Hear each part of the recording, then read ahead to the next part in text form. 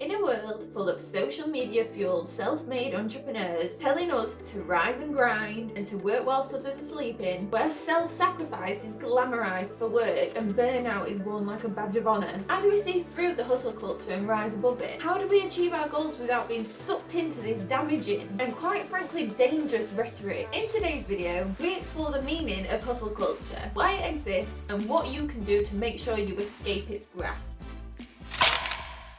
Hi everyone, I'm Caitlin and welcome to Twig. At Twig, we discuss all things personal development with videos to help you achieve more success but with less stress. So if that sounds like something you're going to be interested in, then please subscribe to my channel and tap the notification bell to find out when my new videos go live. In my last video, linked up here, I discussed toxic productivity and the guilt associated with taking a break and doing nothing. So I think it's really important to make the distinction between hustle culture and toxic productivity. So what is hustle culture? The way I see it, hustle culture is a set of beliefs that lead to toxic productivity. Hustle culture is the messaging that we receive mainly via social media, that in order to be successful and worthy, you must work all the time. This messaging is then reinforced at work when we see people sending emails at midnight, indirectly bragging about how busy they are and how many annual leave days they gave up at the end of last year. We internalise this hustle culture messaging and then engage in toxic productivity, pushing ourselves to work more, take fewer breaks, and ultimately feel guilty for doing anything that isn't work. We then find ourselves tempted to add to the hustle culture ourselves by sharing quotes on Instagram about hustling until your haters ask if you're hiring, posting photos to our stories with timestamps of what time we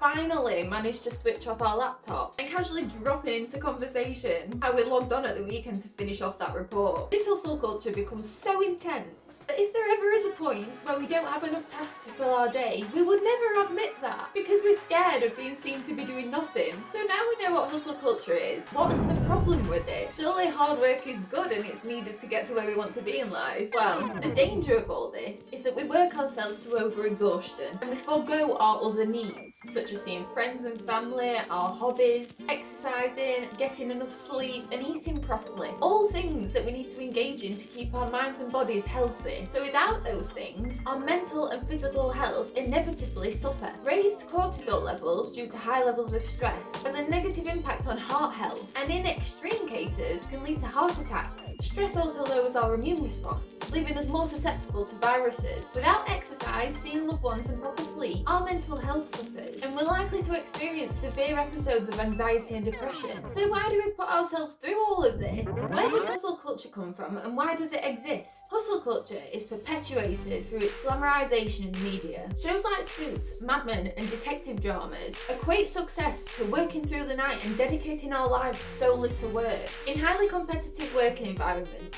colleagues will compete to outwork each other in order to stand out and be first in line for promotions. You know the people, they make it known how busy they are, how long the to-do lists are, how many unpaid hours were logged in a timesheet last week. When everyone in a work environment has this attitude, it makes you feel as if you have to do the same just to keep up and avoid appearing lazy. We want to be seen as hard workers and for our superiors to notice how dedicated we are, and there lies the issue. The reason we push ourselves to work so hard at the expense of our other human requirements is for external validation from others. That's why we feel the need to let everybody know how hard we're working. The reason we need this is because we wrap up our identity and our self-worth in how hard we work and our achievements. The harder we work, the more we achieve. The more we sacrifice for work, the better of a person we are. This is a belief that nearly all of us have, and it goes back to how we were brought up, when we were congratulated for our achievements rather than who we are as a person. And now I'm not saying that everybody's parents and caregivers ignore the fact that you were a really nice person and never gave you praise for doing nice things, because that's not the case. But society continually reinforces that these achievements and milestones are so important. Society celebrates and congratulates us on those big moments in life, getting married, graduating, passing exams, buying a house. So it's an embedded belief that's really difficult to shake. It means that once we've achieved one milestone and received the validation associated with that, we're quickly on to working for the next one because that satisfaction never lasts.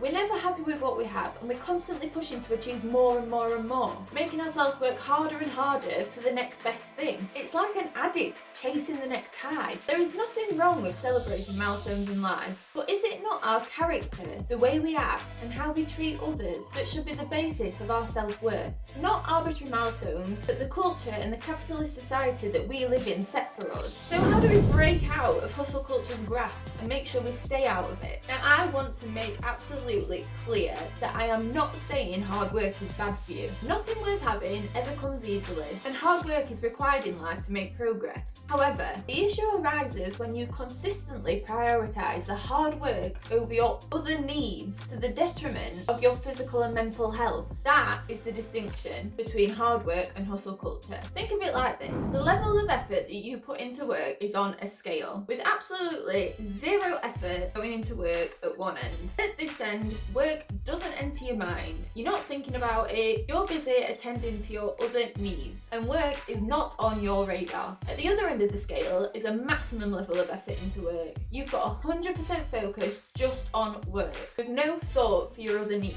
Sleeping and eating, not important. Throughout the day, you'll move around on the scale. For example, when you wake up on a work day, you'll be at the lower end of the scale. Work has some of your focus because you might be running through the day's tasks in your head whilst you're getting ready, but your other needs have your priority, so getting washed, getting dressed, having your breakfast. When you get to work, if you're in a physical workplace, or when you get to your desk if you're working from home, you'll start to move up the scale because you're entering your work mode, so it has more of your focus.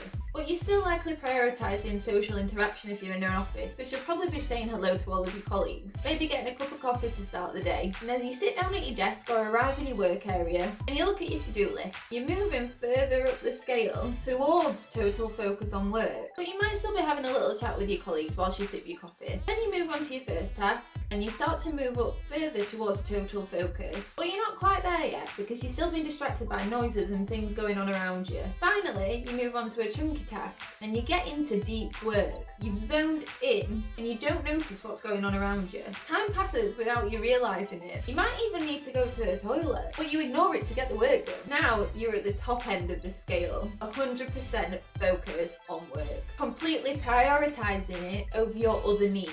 And for short bursts of time, up to a few hours, that's absolutely fine, and it's even required to get work done. Then you might break for dinner, and you start to move back down the scale. At the weekend, or when you're on annual leave, you'll be right down at the other end of the scale with zero focus on work. It doesn't enter your mind because you're spending time with loved ones, getting lots of sleep, enjoying yourself. Then when Monday comes around, you start moving up the scale again. This is a healthy example of a normal level of focus on work. Hustle culture is when you force yourself to remain at that top end of the scale for extended periods of time. Days, weeks, months, even years. There might be periods in life where you're working towards something, for example a deadline, and you have to spend more time than usual at the higher end of the scale. But as long as you take breaks that are proportional to the level of effort that you've put into work, to allow sufficient time to rest, recharge and attend to your human needs, then there are no issues. The best way to tackle hustle culture is to be aware of it, to understand the distinction between it and healthy hard work, and to be able to identify when you're suffering from the toxic productivity that comes as a result of the hustle culture. If you're in a working environment that perpetuates hustle culture and even encourages toxic productivity, then you have a decision to make. Is the input worth the output? In other words, is the energy that you're giving to this job worth the benefits that you gain from it? Like I said in my toxic productivity video, only you can answer that question, but just remember that neglecting your well-being for extended periods of time can leave lasting effects. If you're considering leaving your job, then watch this video up here where I give you some advice on what to do before you make that big move. Humans are multifaceted beings with a variety of needs.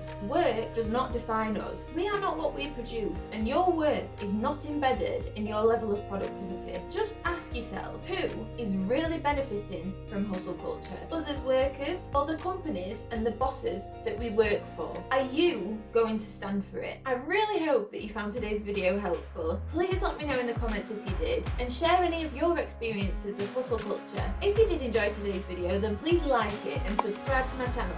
Tuesday's video is going to discuss the 5 signs that you should quit your job. So if that's something that you want to know about, then just tap the notification bell to find out when that video goes live. Thank you so much for watching, and I'll see you on Tuesday.